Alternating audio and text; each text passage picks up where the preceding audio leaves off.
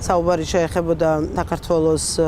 და ამერიკის შეერთებული შტატების ორმხრივ ურთიერთობებში შესაძლო პროგრესს, მოსალოდნელ პროგრესს ჩვენ 2016-ში ველოდებით ძალიან ბევრი ახალი ინიციატივის დაწყებას იმისათვის, რომ ერთის მხრივ ამ შემთხვევაში მე როგორც თავდაცვის მინისტრი ვხვდებოდი ბუნებრივია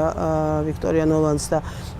შესაბამისად ერთის მხრივ ქვეყნის თავდაცვის უნარიანობის კიდევ უფრო გამყარებისთვის, უსაფრთხოების რკალის გაფართოებისთვის იმ რეალობებიდან გამომდინარე, რომელშიც ვიმყოფებით, ჩვენ ძალიან ბევრს საუბრობთ ჩვენს პარტნიორებთან შავი ზღვის უსაფრთხოებაზე და საქართველოს თანამონაწილეობაზე აი ამ ერთიან სისტემაში, რომელზეც დღეს ერთის მხრივ ნატოს და მეორის მხრივ ორმხრივ ფორმატებში მუდმივად არის საუბარი და რა თქმა უნდა ჩვენ ვეძებთ რაც შეიძლება უფრო მარტივ სწრაფ ეფექტურ